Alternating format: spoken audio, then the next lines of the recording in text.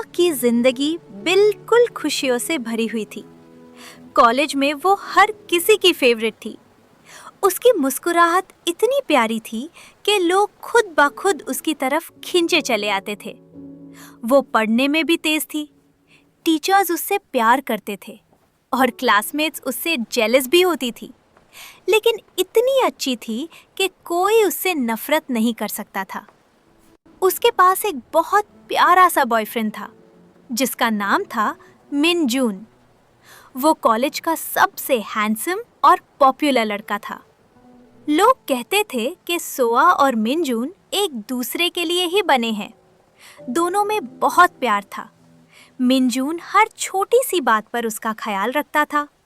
अगर सोआ थोड़ी सी भी उदास होती तो वो तुरंत उसके पास पहुंच जाता। सोआ की जिंदगी में एक और बहुत इम्पोर्टेंट इंसान था, उसकी बेहतरीन दोस्त जीना। जीना उसकी चाइल्डहुड फ्रेंड थी। दोनों बचपन से साथ थी। कॉलेज आने के बाद भी उनकी दोस्ती में कोई कमी नहीं आई थी। जीना हमेशा सोआ के लिए खड़ी रहती थी। सोआ भी उस पे पूरा भरोसा करती थी। वो दोनों अक्सर साथ में टाइम गुजारती थी, शॉपिंग करती थी और अपनी हर बात एक दूसरे से शेयर करती थी। लेकिन धीरे धीरे चीजें बदलने लगी। जीना को मिनजून पसंद आने लगा। शुरू में वो सिर्फ नॉर्मल बातें करती थी, लेकिन फिर धीरे धीरे वो मिनजून के करीब आने लगी। पहले वो सोआ के थ्रू उससे बात करती थी, फिर धीरे धीरे डायरेक्ट मैसेजेस करने लगी। मिनजून शुरू में इग्नोर करता था, लेकिन जीना बहुत स्मार्ट थी। वो उससे इमोशनल सपोर्ट देने लगी। जब भी मिनजून किसी बात से परेशान होता, जीना उसकी बात सुनती थी और उससे अच्छा फील करती थी। सोआ को शुरू में कुछ पता नहीं चला। वो अपनी दुनिया में इतनी खुश थी कि उससे लगा ही नहीं कि उसके सबसे करीब वाले लोग उसके अगेंस्ट चल रहे हैं। एक दिन कॉलेज के एनुअल फंक्शन के बाद मिनजून ने सोआ से कहा कि वो थोड़ा बिजी रहेगा क्योंकि उसके कुछ इम्पोर्टेंट प्रोजेक्ट्स हैं। सोआ ने समझ के हाँ कर दिया, लेकिन असल में मिनजून जीना के साथ टाइम गुजारने लगा था। जीना ने धीरे धीरे मिनजून को ये फील कराना शुरू कर दिया कि सोआ उसके लिए इतनी सीरियस नहीं है जितनी वो सोचता है। वो कहती कि सोआ सिर्फ उसके पैसे और पॉपुलैरिटी के वजह से उसके साथ है। मिनजून पहले तो ये बात मानने को तैयार नहीं था, लेकिन जीना ने धीरे धीरे उसके दिमाग में शक पैदा करना शुरू कर दिया। वो पुरानी बातें निकालती जो कभी हुई भी नहीं थी और उन्हें एग्जैजरेट करती।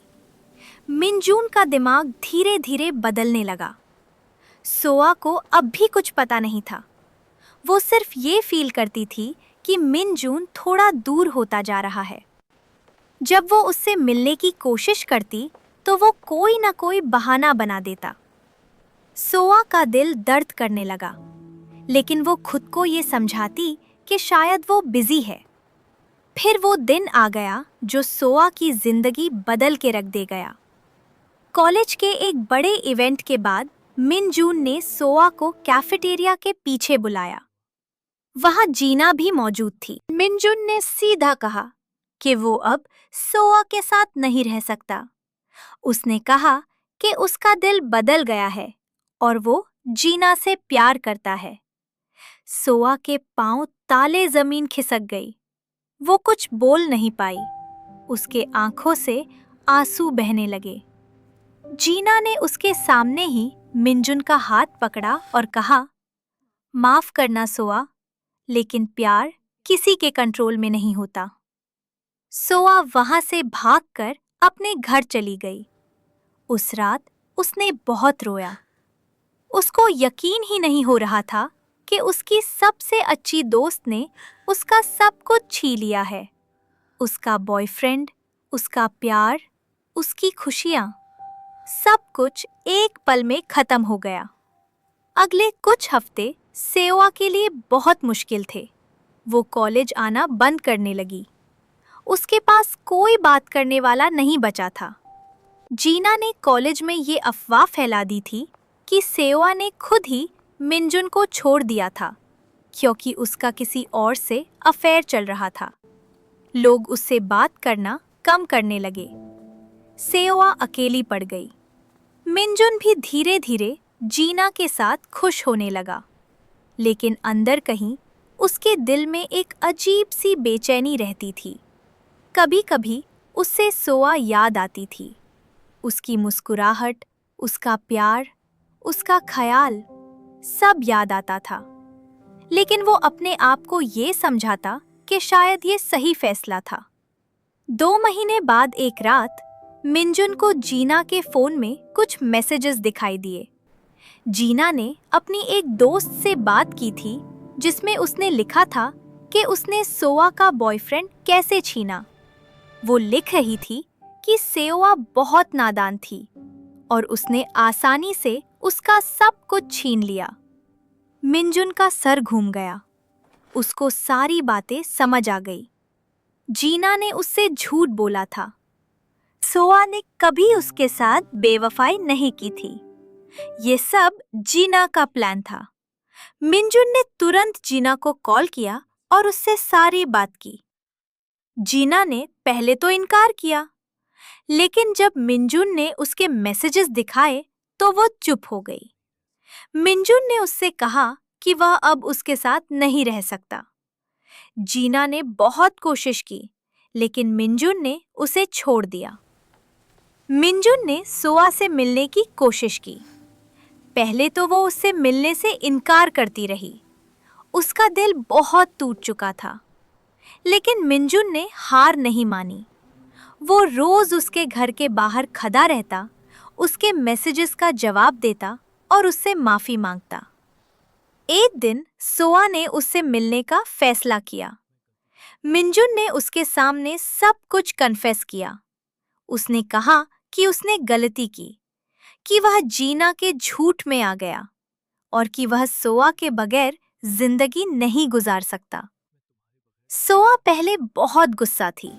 उसको दर्द था कि उसने इतनी जल्दी उस पर भरोसा नहीं किया। लेकिन मिंजुन की आंखों में वही पुराना प्यार था। वह समझ गया था कि सोआ उसके लिए कितनी इम्पोर्टेंट थी। धीरे धीरे सेओ ने उसे माफ करना शुरू किया। दोनों ने फिर से शुरू से अपना रिश्ता स्ट्रॉन्ग करना शुरू किया। इस बार मिंजुन ने सेओ का बहुत ख्याल रखा। वह उसके हर दर्द को समझता था। जीना कॉलेज से निकल गई।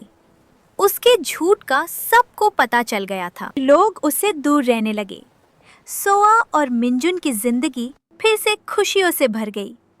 वो दोनों अब पहले से भी ज्यादा एक दूसरे को समझते थे।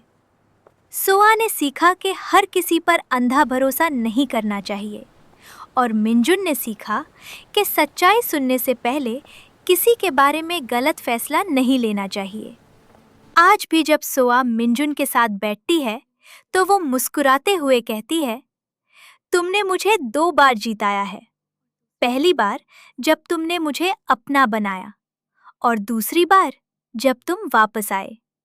मिंजुन उसका हाथ पकड़ के कहता है, और इस बार मैं कभी नहीं जाऊंगा।